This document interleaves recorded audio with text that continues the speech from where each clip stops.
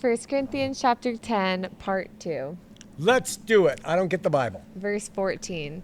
Therefore, my dear friends, flee from idolatry. I speak to sensible people. Judge for yourselves what I say. Is not the cup of thanksgiving for which we give thanks a participation in the blood of Christ, and is not the bread that we break a participation in the body of Christ? Because there's one loaf, we who are many are one body, we all share one loaf. Okay. He's talking about communion now, which anytime they gathered together, they would eat communion. Historically, it seems that they started to turn this into a party. Oh. Yeah. Okay. Like it wasn't like a reverent thing to commune the death and resurrection of Christ. It was a party. They started eating food and drinking wine and getting drunk. And so he's going to start to instruct them on how to do this communion. Okay. Yeah. Okay. Is that all that's being talked about? Pretty much, but he drops some principles along the way, like we're all one body. So we all eat one loaf, and he's just he's always teaching. Okay. Well, I think I was confused at one point because it says, he's saying, therefore, flee from idolatry. He just got done in the last episode instead of verses saying all the ways that the Old Testament people were a part of idolatry and how they were like Messed dead up because of it. And then he ends it saying like he won't, you won't be tempted. He'll give you ways out. And then he says, flee from idolatry. I speak to sensible people, judge for yourselves what I say, which I assume means he's saying like, you guys are smart. Yeah. Like you can figure out that this is the body and blood of Christ and we're all one body. I just didn't understand why he said flee from idolatry there. Let's just assume he just says, what you're doing with the communion of Christ is becoming idolatrous. Okay. All right. Thank you. Yeah. And he might be making reference to the brass serpent and the stinging things we covered last show. Okay. And how they turned that thing of brass into an idol. So then what you just said, it turning into a party, that is like likened to idolatry. Yeah, he might be likening it to that. Okay. That's one possible explanation. Okay. It continues, consider the people of Israel. Do not those who eat the sacrifices participate in the altar, which is communion?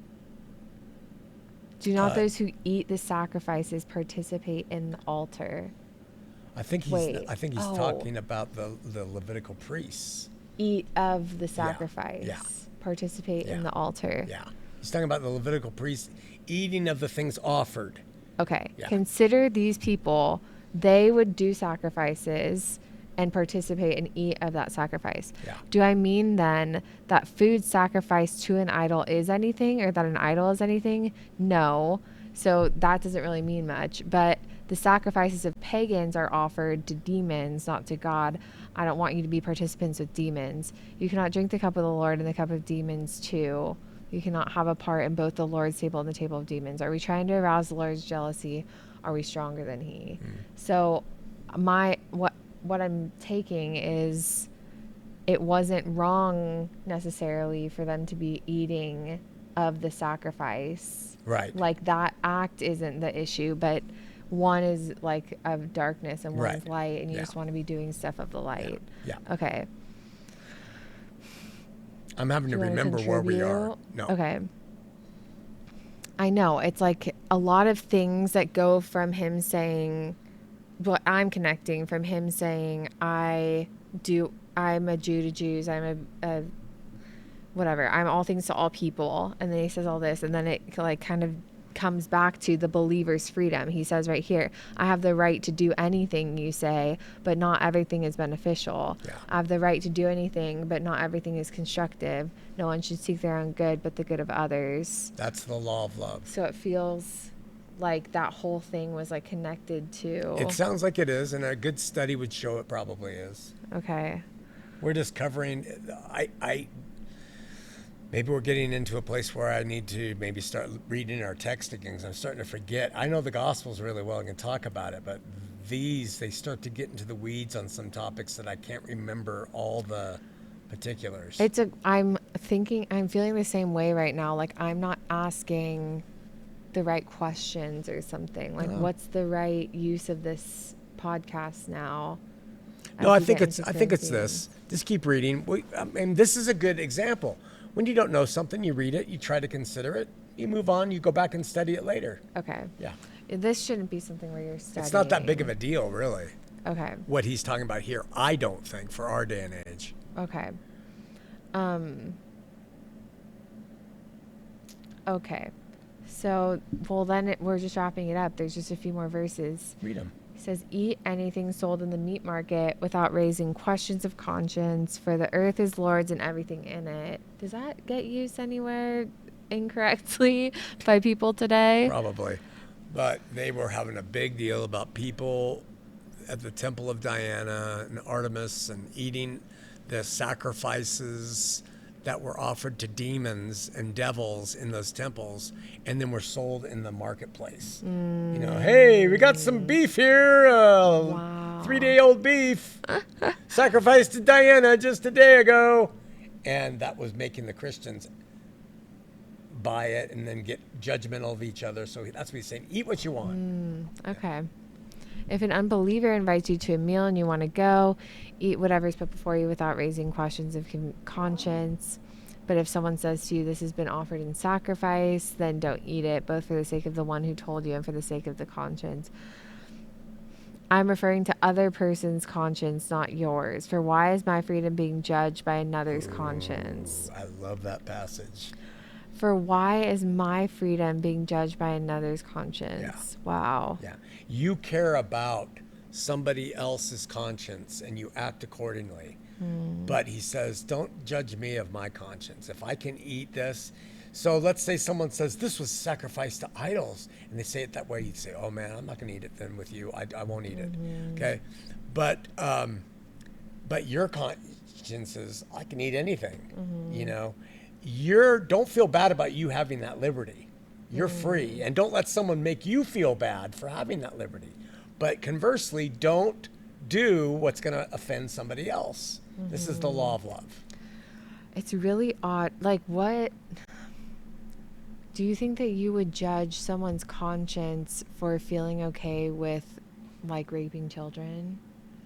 No, I don't think I would feel that way, because that is like comparing apples to oranges here. He's talking about something superfluous that has no real meaning, like drinking a sip of wine, eating meat that's just meat. Okay. It's not evil unto itself. He makes that point. Raping a child is something that is very different in terms of the damage and evil that's behind it. I think I have a hard time with that, though, because the way that, like, moral evaluation is presented in Christianity is, you think you're an adulterer, if you look at a woman, you're an adulterer. So, like, it makes everything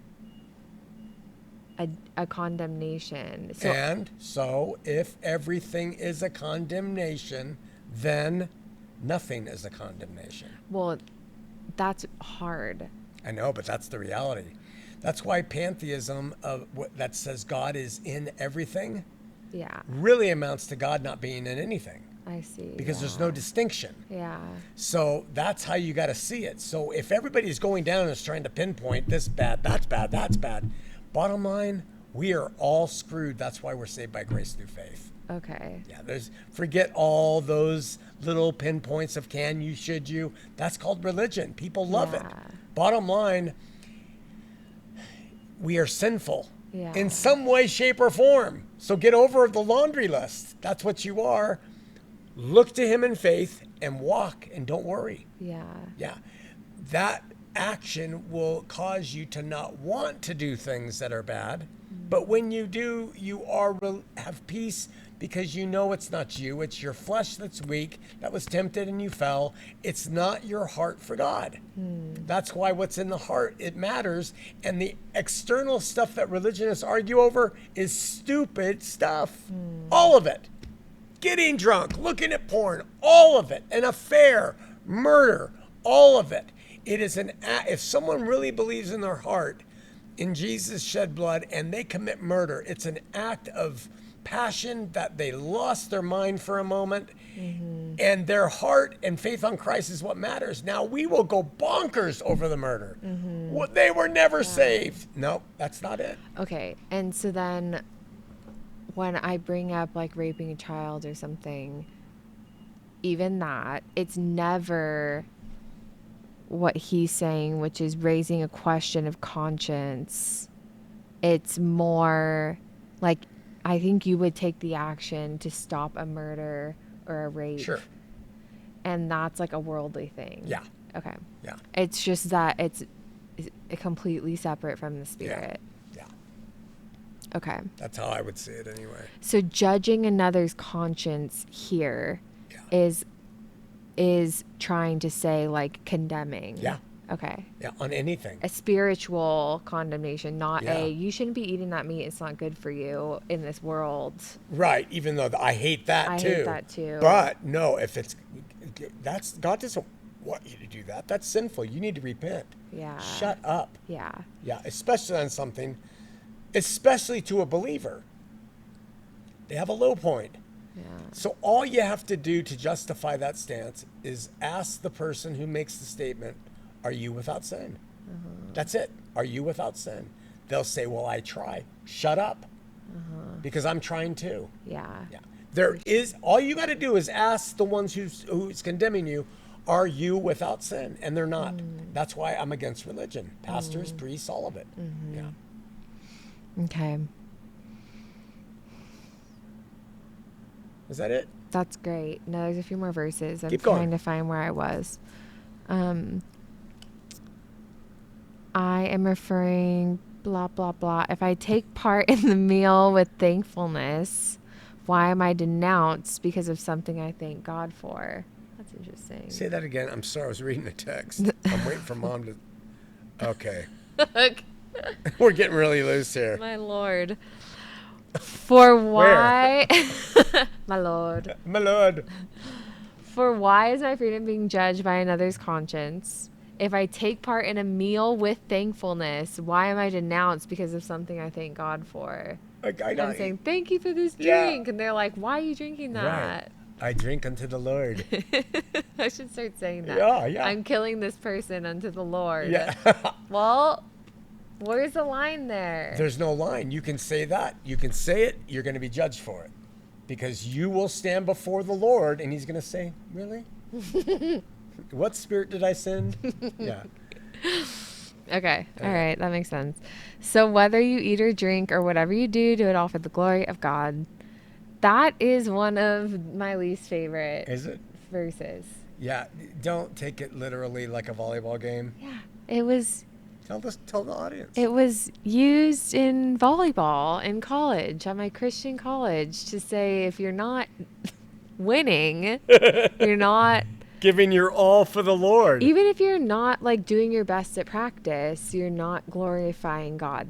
It's Religion. Such a huge thing in sports. It's a huge thing in sports. You're glorifying God with the work ethic. Yeah. What is that I'm missing? Why do I feel like that's so backward? What is glorifying God? What is glorifying to him? Loving people? Doxa, it means to worship him. That's how you worship him. Oh, okay. Yeah. Oh. Yeah, but that's not how they're using it. They're using it as making his name known through your great performance. Yeah. Yeah. But if you really want to make his name known through performance, you do your worst, because it shows his love more for loving you as a slouch than loving you more because you're doing great. That's so true. Yeah. So they got it all backward. But okay, so do it all for the glory of God is a form of worship. Yeah. In reality. Yeah. In the apostolic record times, worship changed sort of, and it became if you're a slave, you worship God by being the best slave. You show honor to Christ because they'll say, God, you're a good slave. And they'll say, how come? They say, because I do it all for my Lord. So that's the thought behind this mindset. Okay. But when you impose it upon people and a team and girls playing volleyball, oh, guy. Okay, do not cause anyone to stumble, whether Jews, Greeks, or the Church of God. What's the Church of God outside of the Jews and Greeks? Jews, Greeks, or the Church of God, that's Christ, or Christians at that point. Yeah, Christians at Church that of point. God. Yeah. Even as I try to please everyone in every way, for I am not seeking my own good, but the good of many, so that they may be saved. Yeah. And that brings it full circle to him saying, I Chapter become 10. all things to all people. Chapter 10. Chappa. Chapter 10. Okay. Well, that's Chappa How long 10. was that one? We can do short ones too. Yeah. That last one was super long, so that one was a little short. 16 minutes. Thanks for tuning in, guys. Share it with your friends. We love Thank you you. so much.